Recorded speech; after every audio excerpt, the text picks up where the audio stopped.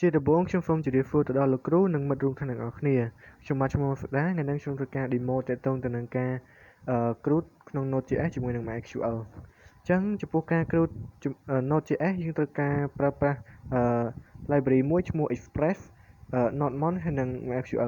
ញ្ចឹង port ខ្ញុំដាក់ port 80ចំពោះfunction ទី1ការ get user ហ្នឹងមកពី database អញ្ចឹងនេះជា database របស់ខ្ញុំដោយ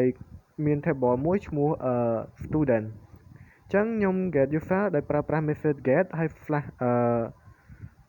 user ហើយខ្ញុំសរសេរ query ដោយសរសេរ query select guy from student ដែលមកពី table database របស់ខ្ញុំហ្នឹងហើយខ្ញុំឲ្យវា return error បើសិនបើវាអត់ចូលហើយ return result ឲ្យខ្ញុំបើសិនបើវាដំណើរការមកឲ្យខ្ញុំហ្នឹងអញ្ចឹងខ្ញុំលើកឧទាហរណ៍នៅក្នុង Thunder Client ឲ្យអ្នកនរគ្នា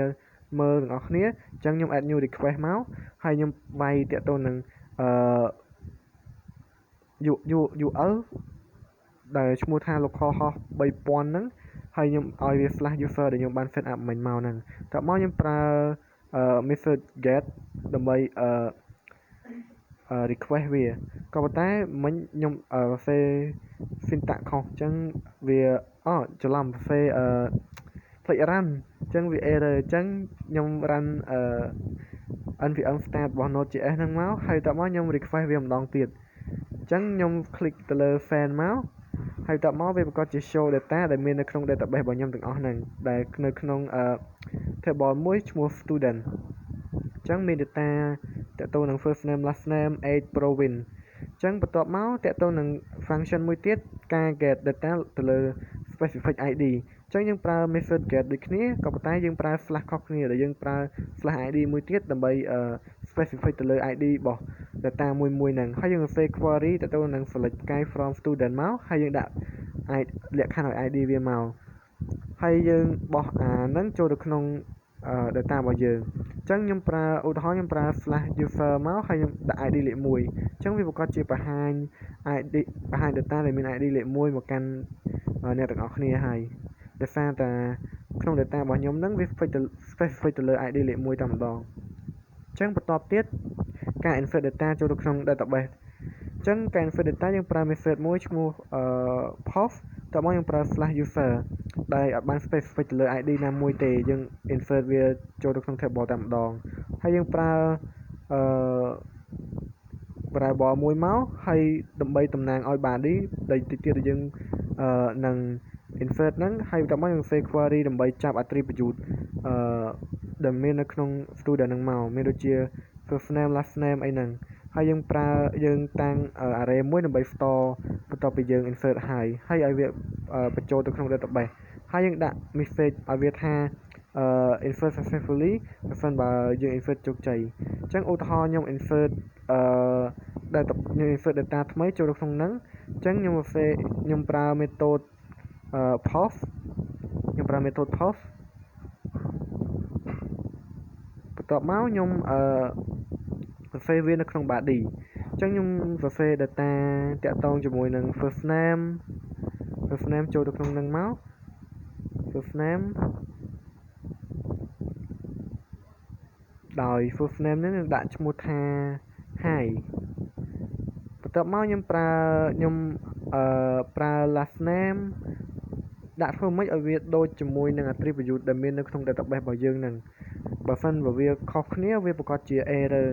វាប្រកាសជាអត់ alert message ដែលយើងបាន set up លក្ខខណ្ឌឲ្យវាមិញទេវាប្រកាសជាចូល if លក្ខខណ្ឌ if ហើយអញ្ចឹងខ្ញុំដាក់ age ហើយនឹង province មកបន្ទាប់មកខ្ញុំដាក់ province ហ្នឹងដាក់pp មកហើយខ្ញុំ send click ខ្ញុំ copy ទុកសិនទុកដាក់លើក្រោយអញ្ចឹងខ្ញុំ send អញ្ចឹងវា error ដោយសារតែខ្ញុំសេ ខុស syntax នៅកន្លែង body ហ្នឹងអញ្ចឹងខ្ញុំលុប comma មួយចេញតោះមកខ្ញុំ send ទៅម្ដងទៀតអញ្ចឹងវាប្រកាសជា alert successfully ហើយអញ្ចឹងវាចូលលក្ខខណ្ឌដែលយើងបានដាក់មិញហើយអញ្ចឹងឥឡូវខ្ញុំទៅឆែកមើលខ្ញុំ select user មកទាំងអស់ដើម្បីឆែកមើល data ដែលយើងបាន insert ចូលមិញតមកវាប្រកាសជា show data ដែលយើងបាន insert ចូលមិញហើយមានដូចជា id លេខ3មាន first name មាន last name មាន age មាន provin អីហ្នឹងអញ្ចឹងខ្ញុំបញ្ចូលមិញដូចជា hi hello អញ្ចឹងវាបង្ហាញមកកាន់លើនឹងនៅពេលដែលខ្ញុំ insert hi អញ្ចឹងបន្ទាប់មកយើងចូលទៅកាន់ function មួយទៀតគឺជា function update function ចំពោះ function update យើងប្រើ method ឈ្មោះ put ហើយយើងប្រើ /user ហើយនឹង id ដើម្បី specify ទៅលើ id របស់ data មួយដើម្បីយកវាមក update ហើយយើង say query ទាក់ទងនឹងការ update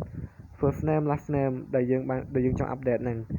ហើយបន្ទាប់មកយើងប្រើ paste id ដើម្បីបន្លែងវាទៅជាលេខហើយយើងបោះ data ហ្នឹងចូលទៅក្នុង query ឲ្យវា update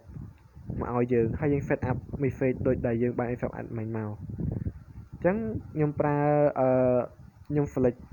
ទៅលើ id របស់ data មួយសិនឧទាហរណ៍ខ្ញុំ select ទៅលើ id លេខ3ហើយខ្ញុំប្រើ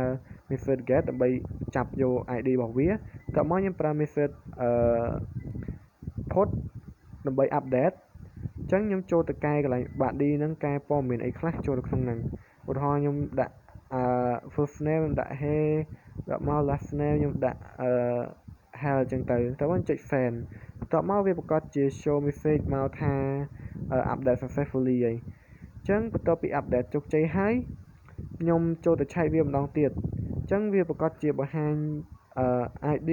តាក់ទងនឹង first name last name ដែលខ្ញុំបាន update ហើយមិញហ្នឹងបន្ទាប់មកចូល function ចុងក្រោយគឺជា function delete ចំពោះ function delete យើងប្រើ method delete ដូចគ្នាហើយ flash ក៏យើងប្រើដូចគ្នាដែរដើម្បីយើង specify ទៅលើការ delete data នៅក្នុង id នីមួយៗបន្ទាប់មកយើង say query delete មកហើយយើងដាក់លក្ខខណ្ឌវា where id លេខម៉ានមកហើយយើង set message ដូចទៅនឹងលើដូចគ្នាអញ្ចឹងឧទាហរណ៍ខ្ញុំចូល sender client ហើយខ្ញុំដាក់ id ចាប់ id វាសិនឲ្យវាបង្ហាញ data id លេខ3នឹងសិនបន្ទាប់មកខ្ញុំប្រើ method delete ហើយខ្ញុំចុច send អញ្ចឹងវា alert message មកថា delete successfully អញ្ចឹងមានន័យថាយើង delete ជោគជ័យហើយអញ្ចឹងខ្ញុំចូលទៅឆែកវាម្ដងទៀតថាវាបាន delete នៅអញ្ចឹងបន្ទាប់មកវាបង្ហាញតាក់ទងនឹងតា record នៅ id ទី1ទេអញ្ចឹង id លេខ3យើងបានបាត់ហើយដោយសារតែយើងបាន delete បាញ់មិញហ្នឹងអញ្ចឹងចំពោះការ crude PHP ច្រឡំ crude Node.js ហើយនឹង MySQL ហ្នឹងបានបញ្ចប់តែប៉ុណ្្នឹង